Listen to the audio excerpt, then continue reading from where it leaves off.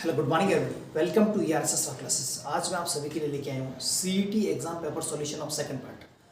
Second part में जो CET का एग्ज़ाम हुआ था 4 फरवरी 2022 को, उसमें जो मैथ्स के क्वेश्चन थे फर्स्ट पार्ट के कंपैरिजन में बहुत ही थोड़ा टफ थे। तो जो फर्स्ट शिफ्ट में अपने जो क्वेश्चंस किए थे, मैंने जो सॉल्यूशन डाला था मैथ्स का, उसमें जो ट्रिक्स मैंने यूज़ करी, वही ट्रिक्स का यूज़ करते हुए आप सेकंड शिफ्ट का भी क्वेश्चंस करेंगे। मैं मानता हूँ कि जो फर्स्ट शिफ्ट के जो क्वेश्चंस हैं, वो ट्रिक्स में जो यूज़ करी है वो आपको समझ में आई हुई। आने वाले टाइम्स में जो एग्ज़ाम आएंगे उनमें आप उस ट्रिक्स को यूज़ कीजिए, क्वेश्चंस कीजिए, बहुत ही कम समय में, न्यूनतम समय में अधिकतम क्वेश्चन कर पाएंगे। तो सेकंड शिफ्ट में एक क्वेश्चन आया था कि मैथ्स का, कि एक समबाहु त्रिभुज का क्षेत्रफल दे रखा आपको।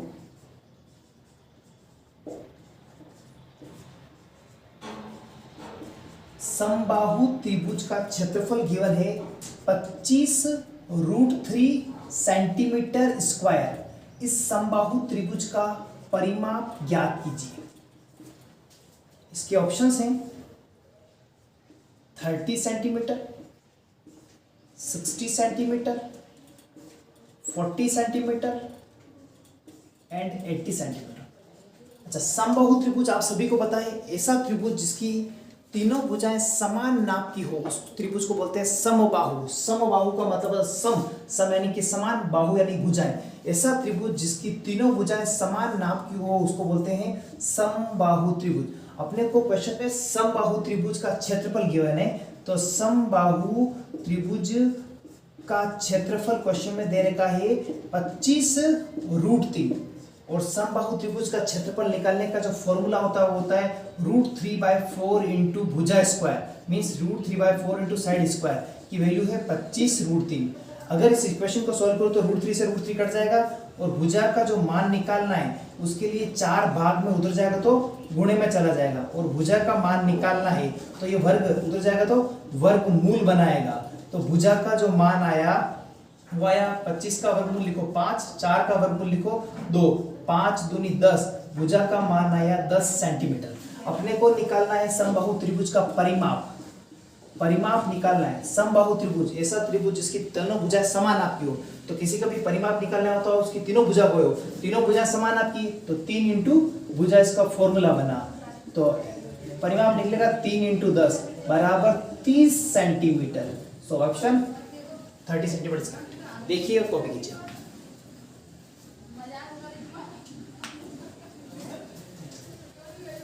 Okay, next question.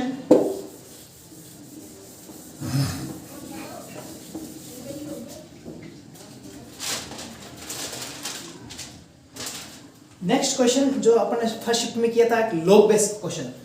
लॉग का जो क्वेश्चन है बहुत ही इजी है। Log 27x is equal to 1/6 and find the value of x। Options हैं आपके 27, √3, 3 एंड 9।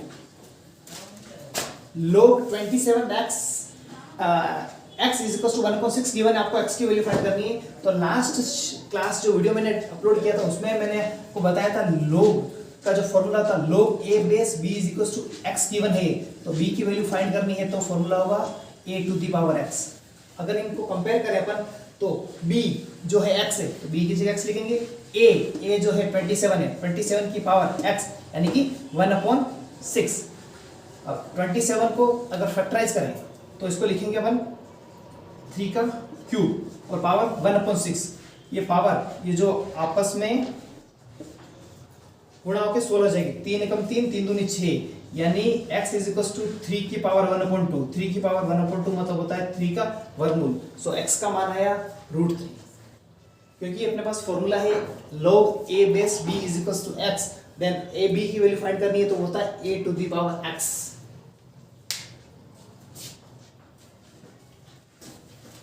Next question.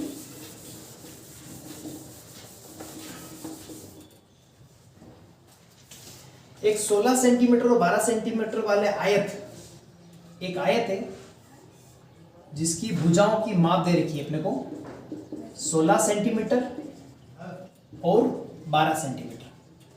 एक आयत जिसकी भुजाएं हैं 12 सेंटीमीटर और 16 सेंटीमीटर के परिगत एक वृत्त बनाया जाता है। इस वृत्त का क्षेत्रफल ज्ञात करना है।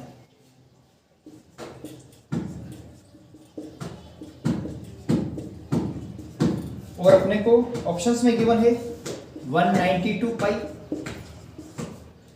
967 पाई, 100 पाई एंड 152 पाई। आयत जो है वो आयत के परिगत एक व्रत बना रहे हैं, आयत के परिगत एक व्रत बना रहे हैं, तो ये व्रत और ये आयत हो गया। स्टेप का क्वेश्चन है, आयत के परिगत मतलब आयत के बाहर की तरफ व्रत बनाए तो जो व्रत बनाए, आयत के परिगत एक व्रत बनाते हैं, व्रत का क्षेत्रफल ज्ञात करना है, तो आयत की भुजाओं की माप दे रखी 16 सेंटीमीटर और 12 सेंटीमीटर। इस क्वेश्चन में व्रत की त्रिज्या गिवन नहीं है, तो अगर अपन इसका विकर्ण बना आयत का, तो जो आयत का विकर्ण होगा वो इस व्रत का व्यास होगा। आयत का जो विकर्ण आएगा वो इस व्रत के व्यास के बराबर होगा। तो अगर अपन इस आयत का विकर्ण निकाल लें तो व्रत का व्यास अपने को मिल जाएगा, ए बी सी डी। जो त्रिभुज एबीसी है उसको अपन बना लें, ये एक समकोण त्रिभुज है। क्यों? क्योंकि आयत का प्रत्येक कोण 90 डिग्री होता है। ये 16 सेंटीमीटर है, ये 12 सेंटीमीटर। अपने को एसी निकालना है, क्योंकि एसी जो है व्रत का व्यास है। अपने को सीधा सा क्वेश्चन ये गिवन था कि एक 16 सेंटीमीटर और 12 सेंटीमीटर भुजाओं वाला एक व्रत आयत है, उस आयत के परिगत एक व्रत बनाओ, उस व्रत का क्षेत्रफल ज्ञात करो। तो मेरे को पता है कि जब तक इस व्रत की त्रिज्या नहीं मिलेगी तब तक व्रत का क्षेत्रफल नहीं ज्ञात करना है, इसलिए मैंने क्या किया, इस आयत के विकर्ण बनाए। आयत का जो विकर्ण है वो वर्ग का व्रत का व्यास होगा। तो आयत का विकर्ण ज्ञात करने के लिए समकोण त्रिभुज है, समकोण त्रिभुज में प्रमेय लगती है पाइथागोरस प्रमेय, इसके कर्ण स्क्वायर बराबर आधार स्क्वायर प्लस लंब square, means hypotenuse square equals to perpendicular square plus base square. तो यहाँ पे जो कर्ण है वो एसी है, आधार है 16, लंब है 12, 16 का स्क्वायर। इसके लिए स्क्वायर के लिए आपको बता रखा है किसी भी संख्या का स्क्वायर जो 11 से 20 के बीच में है, उसके लिए कैसे बेस लिखेंगे, is a number itself. Compare कर देंगे 10 से, वो 6 ज्यादा है, दोनों को ऐड करो, 16 प्लस 6 22, और कंपैरिजन डिफरेंस का स्क्वायर करो, 6 का स्क्वायर हुआ 36, उसमें से 1 डिजिट यहाँ 10 डिजिट यहाँ, दोनों को ऐड करो 256। स्क्वायर निकालने के लिए मैंने एक ऑलरेडी क्लास ले चुका हूँ, उसके अंदर 11 से 20 और 21 से 30 तक के नंबर का स्क्वायर मैंने बता रखा है। तो 16 का स्क्वायर 256 हो गया। सिमिलरली 12 का स्क्वायर बेस नंबर से कंपैरिजन करना, 12 से 2 मोर ऐड किया, और 2 का स्क्वायर 4, दोनों को ऐड किया। अगर दोनों को ऐड करूंगा तो होगा 400। तो AC स्क्वायर की वैल्यू 400 आई, AC फाइंड करना आपको, तो इधर स्क्वायर रूट बन जाएगा। AC की वैल्यू आई 20 सेंटीमीटर। AC जो इस आयत का विकर्ण है वो इस व्रत का व्यास है। तो अगर व्रत की त्रिज्या निकालनी है तो क्या करेंगे, AC को 2 से डिवाइड कर देंगे, मींस 20 डिवाइड बाय 2, वो होगा 10 सेंटीमीटर। अब निकालना व्रत का क्षेत्रफल। व्रत का क्षेत्रफल होता पाई आर स्क्वायर, पाई की जगह पाई, क्योंकि क्वेश्चन में ऑब्जेक्टिव में तो पाई गिवन आपको, एंड आर 10 है, 10 का स्क्वायर वो 100, तो 100 पाई व्रत का क्षेत्रफल से करेक्ट आंसर।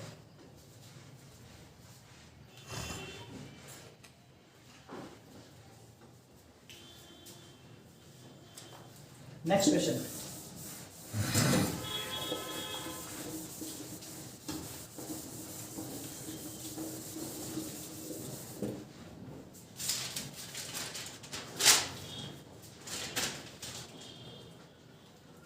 ए तथा बी की एक नेक्स्ट क्वेश्चन है। 2 पर्सन है ए और बी, इनकी मासिक आय का अनुपात गिवन है।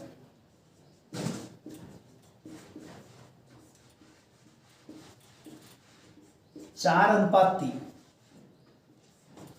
मतलब इनकी सैलरी, मंथली सैलरी जो है, अगर ए को 4 मिलेगी तो बी को 3 मिलेगी। रेशियो का मीनिंग ये है कि अगर ए जिस रेशियो में इंक्रीज होगा बी भी उसी रेशियो में इंक्रीज होगा। सपोज को 100 से मल्टीप्लाई करो तो ए की सैलरी अगर 400 है तो बी की सैलरी 300 होगी।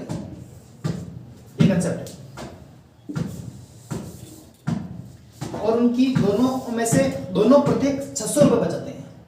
ए तथा बी प्रत्येक रुपए 600 बचाते हैं।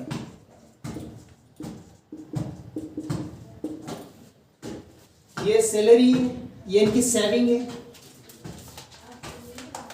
उनका जो वे है तब खर्चा वो दे रखा 3:2 में।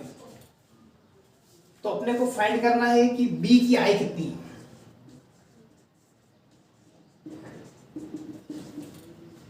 ऑप्शंस हैं ₹3,600, ₹2,400, ₹2,000, ₹1,800। ओके, तो देखिए ए और बी दो पर्सन है, इनकी मंथली सैलरी की रेशियो दे रखा 4:3 एंड उनके एक्सपेंडिचर्स वे का रेशियो दे रखा 3:2। उन दोनों की प्रति माह बचत जो सेविंग है वो 600 रुपीज है। तो आपको बी की आय ज्ञात करनी है। तो सीधा सा कंसेप्ट ये है कि जो आय है, जितना आप कमा रहे हो उसमें से अगर बचत सेविंग माइनस कर देंगे तो वे मिल जाएगा। आय क्या है? आय है 4:3।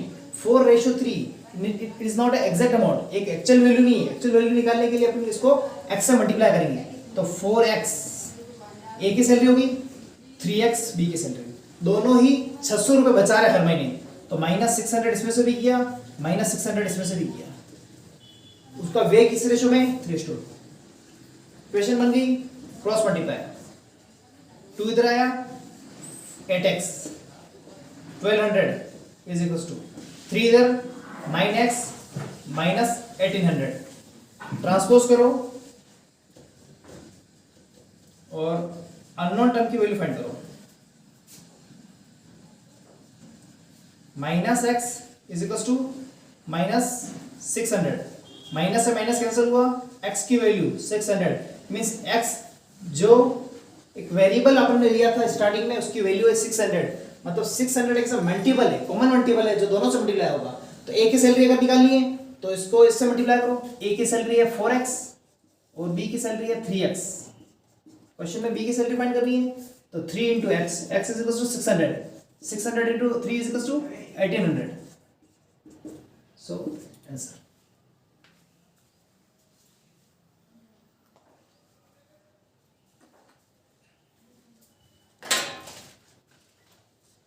नेक्स्ट क्वेश्चन,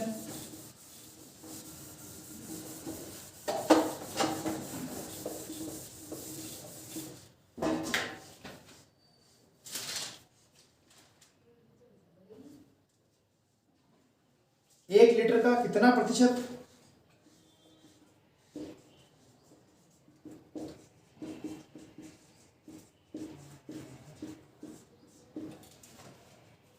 (200 मिलीलीटर है?